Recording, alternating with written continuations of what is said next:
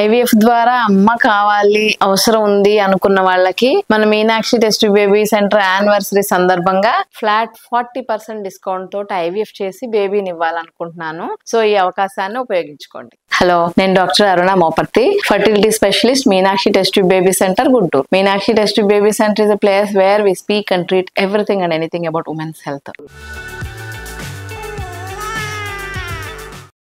ఈరోజు చాలా కామన్ గా అందరూ మెచ్యూర్ అయిన దగ్గర నుంచి నెలసరి ఎండిపోయేంత వరకు అందరూ లేడీస్ సఫర్ అవుతారు పెయిన్ అని. పీరియడ్స్ అప్పుడు వచ్చే కడుపులో నొప్పి, పొత్తి కడుపులో చాలా సివియర్ పెయిన్, దాంతో వామిటింగ్స్ వస్తున్నాయి, నడుము నొప్పి వస్తుంది అని చాలా ఇబ్బంది పడుతూ ఉంటారు. సో దానికి కొన్ని టిప్స్ చెప్పాలనుకుంటున్నాను నేను. యూజువల్ గా పెయిన్ ఎందుకు వస్తుంది అంటే, కొంతమందికి ఓవులేషన్ మెచ్యూర్ అయినప్పుడు 13-14 ఏళ్ళప్పుడు మెచ్యూర్ అవుతారు కదా, ఆ టైంలో అండాశయంలో నుంచి అండం విడుదల అవ్వదన్నమాట. సో ఆ విడుదల అవ్వనప్పుడు యానోవులేషన్ అంటాము. ఆ టైంలో పిల్లలకి కొంచెం పెయిన్ ఉండటం కామన్.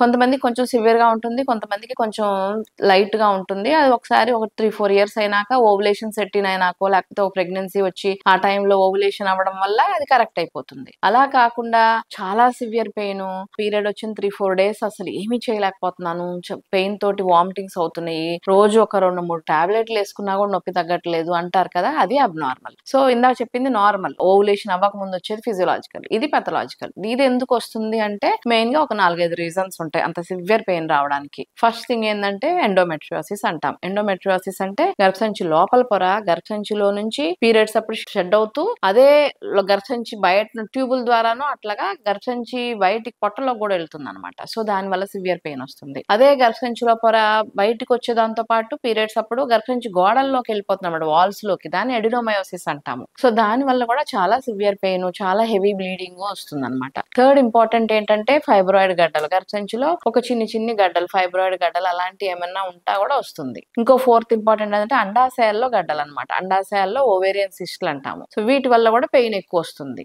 అవి కాకుండా ఇంకా కొంతమందికి ఎక్కువ వైట్ డిశ్చార్జ్ తోటి పెల్విక్ ఇన్ఫ్లమేటరీ డిసీజ్ అంటాము. ఆ ఇన్ఫెక్షన్ వల్ల కూడా కంజెషన్ అయిపోయి ఆ పీరియడ్స్ రావడానికి ఒక 2-3 రోజుల ముందు నుండే చాలా సివియర్ పెయిన్ వచ్చి ఒక 2-3 రోజులు చాలా సఫర్ అవుతూ ఉంటారనమాట. సో ఇవి main important problems, causes of pain. దీనికి ఏం చేయాలంటే మెడికేషన్స్, ఇవి కూడా ఓవర్ కౌంటర్ తీసుకునే మెడిసిన్స్ కాదు. మీరు పెయిన్ కిల్లర్స్ ఒక్కటి వేసుకోవచ్చు. ఆ ఫస్ట్ 1-2 రోజులు పెయిన్ కిల్లర్స్ వేసుకుంటే తగ్గిపోతుంది అంటే హ్యాపీ. లేదు ఇంకా 2-3 రోజుల కన్నా ఎక్కువ అవసరం అవుతుంది అంటే అప్పుడు డాక్టర్ని కలిస్తే మేము స్కాన్ చేస్తాం. బేసికలీ స్కాన్ లో ఇప్పుడు నేను చెప్పిన 5-6 ప్రాబ్లమ్స్ లో ఏమున్నది అనేది మాకు అర్థం అవుతుంది. దాన్ని బట్టి ప్రాబ్లమ్ బట్టి మన ట్రీట్మెంట్ డిసైడ్ అయి ఉంటుంది అనమాట. సో మెయిన్ గా పెయిన్ కిల్లర్స్ వేసుకోవచ్చు. యాంటీ ఇన్ఫ్లమేటరీ డ్రగ్స్ అంటాము.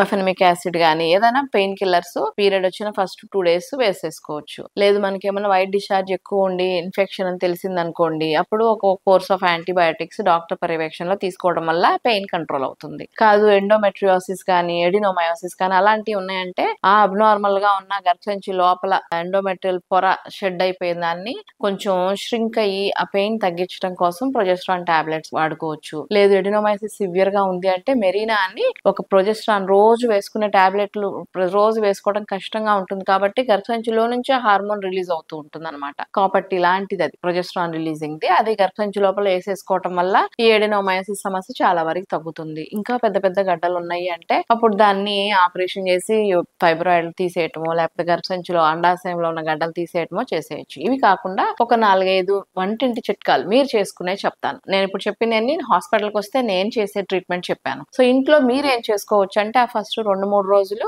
కొంచెం హాట్ వాటర్ బ్యాగ్ ఉంటుంది కదా, అది లోవర్ అబ్డామిన్ మీద పెట్టుకొని కొంచెం వేడి కాపులా పెట్టుకుంటే ఆ కొంత మజిల్ కంజెషన్ అంతా తగ్గిపోయి మీకు ఆ పెయిన్ కాస్త ఎంతో కొంత రిలీఫ్ వస్తుంది. ఇంకొకటి జాస్మిన్ ఆయిల్, ఆలివ్ ఆయిల్ ఇలాంటి ఏమైనా కూడా లోవర్ అబ్డామిన్ మీద మసాజ్ చేసేసుకోవచ్చు. నెంబర్ 3 ఇంపార్టెంట్ ఏంటంటే మెగ్నీషియం. మెగ్నీషియం అనేది మన కండరాలన్నిటిలో క్రాంప్స్ ని తగ్గిస్తుంది అనమాట. సో మెగ్నీషియం రిచ్ ఫుడ్స్, అరటిపండు, అవకాడో, నట్స్ ఇవన్నీ మెగ్నీషియం ఎక్కువగా ఉంటాయి. వాటిని వేసుకోవటం వల్ల కండరాల నొప్పులన్నీ గర్భసంచితో కండరాలతో పాటు అన్ని కండరాల నొప్పులు తగ్గిపోయి ఫ్రీ అయిపోతుంది.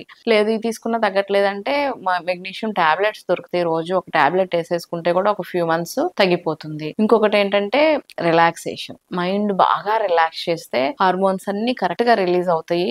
స్ట్రెస్ లేకుండా మనసు ప్రశాంతంగా ఉండటం వల్ల హార్మోన్స్ అన్ని కరెక్ట్ గా సమపాలలో రిలీజ్ అయ్యి మీ హార్మోనల్ ఇంబ్యాలెన్స్ తగ్గి మీ పెయిన్ కూడా చాలా వరకు తగ్గిపోవచ్చు. ఇంకా ఫిష్ లివర్ ఆయిల్ ఒకటి, ఫిష్ లివర్ ఆయిల్ అవి కూడా క్యాప్సూల్స్ దొరుకుతాయి. ఇలాంటి ఈ 4-5 న్యాచురల్ రెమెడీస్ మీరు ఫాలో అయినా కూడా మీకు చాలా ఇబ్బందిగా ఉంది అంటే అంటే మన హాస్పిటల్లో కలిస్తే మీకు కరెక్ట్ గా ట్రీట్మెంట్ ఏది ప్రాబ్లం ఐడెంటిఫై చేసుకొని ఆ పర్ఫెక్ట్ వేలో ట్రీట్మెంట్ చేసుకోవడం వల్ల మీరు ఈ సమస్య నుంచి బయటపడవచ్చు. ఇది చెప్పుకోలేని బాధ, అందరికీ చెప్పలేరు, అలాగని ఫ్రీగా హాయిగా పని చేసుకుంటూ తిరగలేరు. సో దీనికి మంచి రెమెడీస్ ప్లాన్ చేసుకోండి. ఓకే, ఈ ఇన్ఫర్మేషన్ మీకు నచ్చినట్టయితే మీ ఫ్రెండ్స్ అందరికి పాస్ ఆన్ చేయండి. Like, share and subscribe the video.